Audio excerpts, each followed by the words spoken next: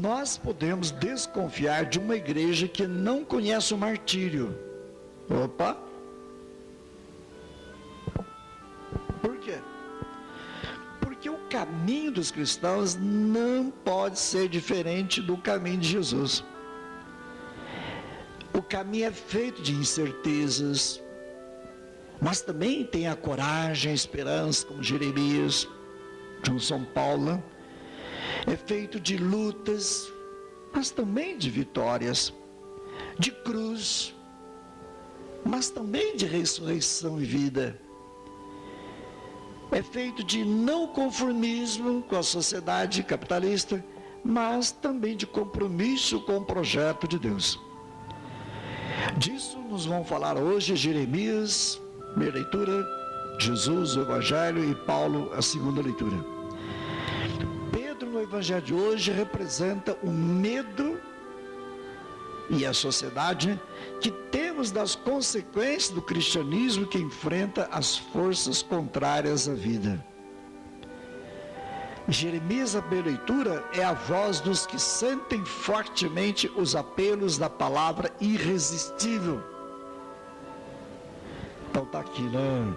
Ser apaixonado pela palavra. É a primeira leitura, né? Jeremias. Paulo, a segunda, nos fala do verdadeiro culto agradável a Deus. Então, difícil e feliz caminho da perfeição. Ele conheceu o sofrimento, a solidão, a perseguição. Ele vai escrever na época da destruição de Jerusalém pelos babilônios, né? Lá no ano 586 a.C. Foi um período de muita instabilidade, injustiças sociais gritantes, infidelidade religiosa. No reinado Joaquim e Sedecias, foram reis muito fracos, incapazes de responder com êxito, né? A conjuntura internacional, por culpa do governo e da infidelidade do povo, né? A Babilônia vai vir destruir, né? Nabucodonosor vai atacar Jerusalém, e Jeremias estava nesse fervor aí, né? Mas ele estava convencido que Judá, né, era infiel a Deus. Mas Jeremias, né, ele apreciava, né, a palavra de Deus. Então ele viveu aquela angústia. De um lado ele estava com Deus, firme, convicto, audácia, né, corajosamente. Quando ele abria a boca para falar as coisas terríveis.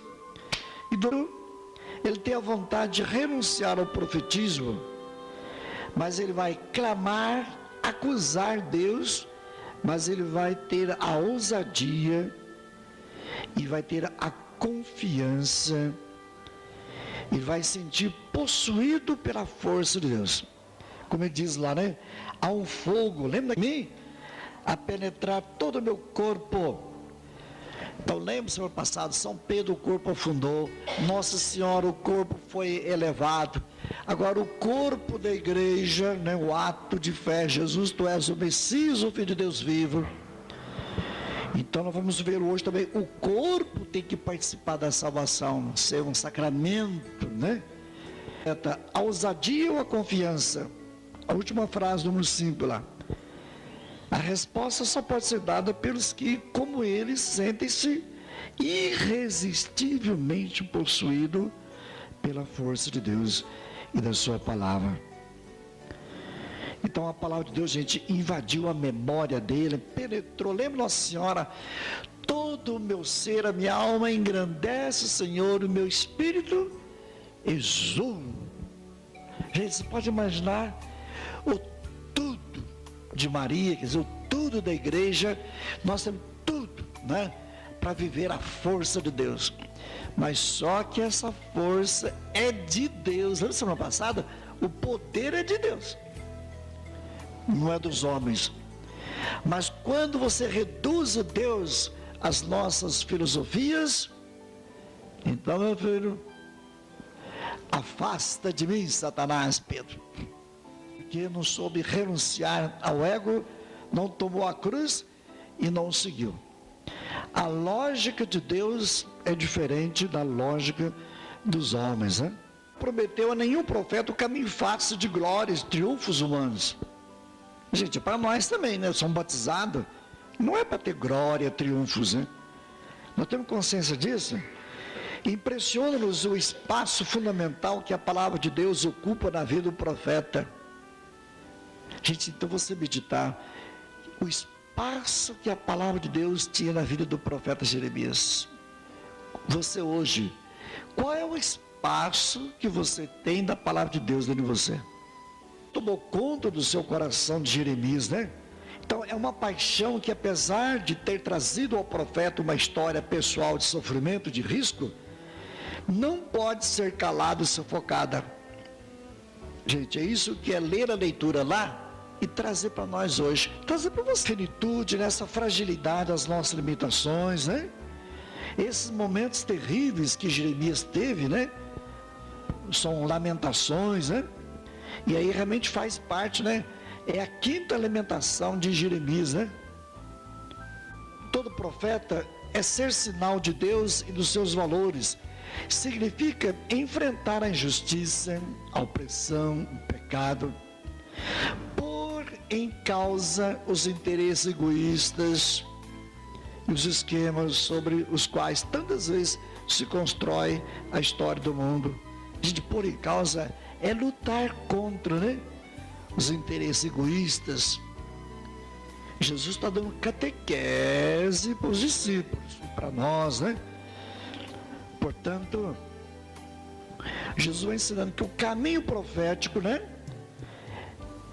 é assumir o fogo da palavra, mesmo na solidão e correndo risco. Portanto, o profeta nunca vai ter vida fácil, nunca vai ter glórias, nunca vai ter triunfos humanos. E nós temos consciência disso, estão dispostos a seguir esse caminho. Era um homem de natureza sensível, cordial, era um homem de paz, mas ele não foi feito para confronto. Tem profeta, Isaías já era de confronto, lembra? Elias, lembra? Matou os 450 sacerdotes do rei Acabe e Jezabel. Era um homem guerreiro, né? Jeremias não era muito de confronto, era meio medroso, né? Mas as palavras dele eram violentas, né? Ele chamou Deus, né? Deus chamou Jeremias, lembra? Para arrancar e destruir, exterminar e demolir, lá no capítulo 1. Deus me chamou para plantar, arrancar, destruir, né? Exterminar, demolir. Então ele foi um profeta que, para predizer muitas desgraças, anunciar muita destruição, muita morte, então ele foi chacoalhado, ele foi zombado, caluniado. Pô, tem que perguntar para você, se você rumina a palavra de Deus, a palavra de Deus é um fogo dentro de você? Se for um fogo, não vai apagar. Agora, que o mundo quer jogar água, desanimar você, quer. Milhões de coisas. Nesse sentido que eu sinto, né, esse fogo, né, pelas 3 leituras dominicais, já 33, Jerusalém, sofrer e morrer, a gente trazer para nós. Quando a gente fala em carregar a cruz, gente, a gente pensa que, padre, então, é projeto de Deus sofrer? Não, filho, não é sofrer. Ué, mas está aí, tomar a cruz. É muito mais que isso, não é o que está na sua cabecinha, não. Então, a carta, né? Deus não quer sacrifício. Um sacrifício é o sacrifício do seu corpo, culto espiritual. Transformai-vos, né? A maneira de pensar, gente. Isso que é sacrifício, gente. Isso que é renúncia, tomar cruz, né? Mudar a nossa maneira de pensar, a nossa maneira de julgar, né? Distinguir o que é bom, o que é verdade, o que é vontade de Deus. Agora, com a leitura de hoje, né? Jesus fala para os fariseus lá, né? Sepulcros caiados, hipócritas, né? Vocês pagam o dízimo de corbã, né? Da erva doce, mas, né? Tem ranzinza no coração, vocês têm uma rigidez moral aí na liturgia, né? Paga o dízimo, mas roubam as viúvas. Jesus, hipócritas, fingidos. O que Jesus vai sofrer? Então pega o número 8 lá. São 4 etapas no caminho da cruz.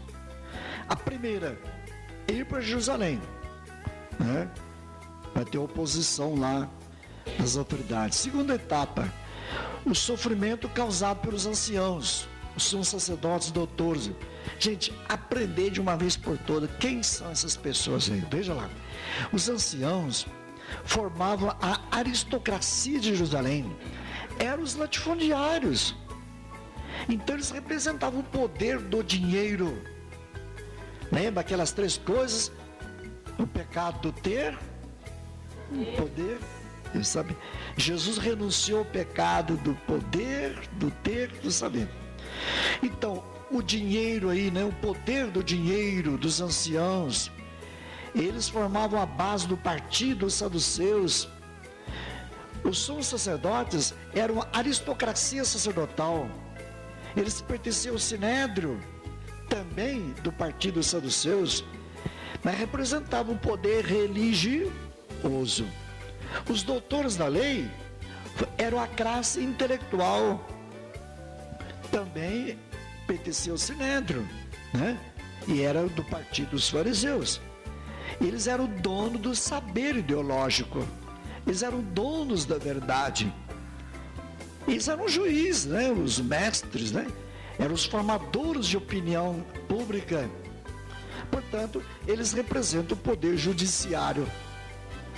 É na mão desse tribunal, dos doutores da lei, dos sumos sacerdotes e dos anciãos, né? Que Jesus, a terceira etapa, ele vai ser morto, e a quarta etapa, né? A ressuscitando na cruz, né? Pedro fala, né? Número 9. São Pedro vai e fala: Jesus, não é possível. Ele está propondo uma alternativa messiânica. São Pedro vai repreender Jesus. Jesus fica bravo com Pedro, né? Tá vendo, gente? Nós queremos um messianismo, lembra da semana passada? O triunfalista. Quando o discípulo, a imagem e semelhança do mestre, ele pretende que o mestre seja a imagem e semelhança do discípulo. Tudo é de Deus, tudo é por Deus, tudo é para Deus. Agora, com Santo Antônio, São Francisco, Nossa Senhora, tudo bem, né? Não é para ela. Sacrifício, né? E o sacrifício é participar das comunidades pastorais. É esse sacrifício, porque você tem que entrar com toda a mente, todo o coração, né? Lutar pela comunidade, associação, bairros, moradores. Gente, isso é uma renúncia, isso é um sacrifício enorme. Isso aqui de São Paulo hoje aqui, né? É um sacrifício espiritual, né? É um culto espiritual, porque envolve todo o seu ser. Agora você fica preocupado em acender vela? Rezar 1000 Ave Marias? Isso não é sacrifício, filho. Então o apelo de Jesus para todos os seus seguidores, né? Quais são as condições para o seguimento? Primeiro, né? Seguir a Jesus é uma adesão pessoal. Como Jesus falou, se alguém... Gente, Deus não obriga ninguém. O único defeito de Deus, se você pode falar que é defeito, é que Deus ama a sua liberdade. Se alguém quer me seguir, se quiser ser católico, ser cristão, entendeu? Se ninguém é obrigado a ser. Então a renúncia, a aceitação da cruz e o compromisso. O destino do discípulo não pode ser diferente do de Jesus. São exigências, 2 condições aí: renunciar a si mesmo e tomar a própria cruz. Renunciar a si mesmo é deixar de lado toda ambição pessoal. Lembra? Ele está criticando aqui a aristocracia, né? Do lado dos doutores da lei, dos sumos sacerdotes.